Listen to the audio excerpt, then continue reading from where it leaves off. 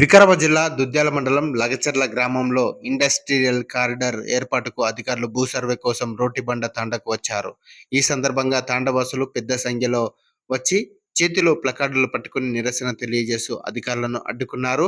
ఇటీవలే ఫార్మాసిటీ భూసేకరణ కోసం సర్వే కోసం వెళ్లిన జిల్లా కలెక్టర్ కడా ఇన్ఛార్జ్ వెంకరెడ్డిపై ఇతర అధికారులపై దాడి జరిగిన విషయం మనందరికీ తెలిసిందే.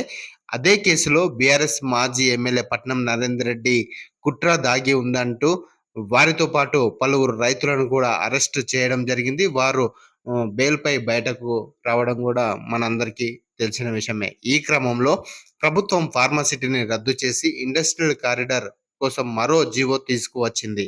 ఈ క్రమంలో దుద్యాల మండలం ఎంఆర్ఓ, రెవెన్యూ అధికారులు సర్వే కోసం రోటిబండ తాండలోకి రాగానే ప్రజలు ప్లకార్డులు పట్టుకొని వారిని అడ్డుకోవడం జరిగింది. ఈ క్రమంలో అక్కడికి దాదాపు 2 డిఎస్పీలు, 4 సిఐలు, 10 మంది ఎస్ఐలు, దాదాపు 200 మంది పోలీసులు మోహరించి రోటిబండ తాండా లగచర్ల ప్రజలకు నచ్చజెప్పే ప్రయత్నం చేశారు. అయినా తాండవాసులు వినకుండా వారి నిరసనను తెలియజేశారు.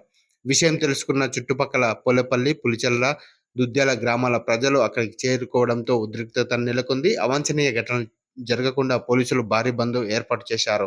ఈ క్రమంలోనే అధికారులు శాంతియుతంగా అక్కడ ఉన్నటువంటి రైతుల ఒప్పందం మేరకు ప్రభుత్వ అసైన్డ్ భూములపైన దాదాపు 110 ఎకరాలలో వాళ్ళు సర్వే కొనసాగించడం జరిగింది.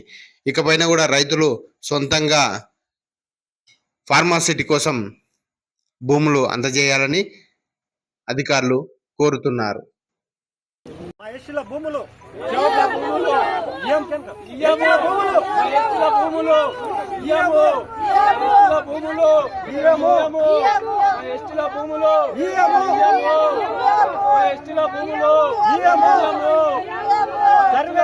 సర్వే చేయకూడదు. మా భూములు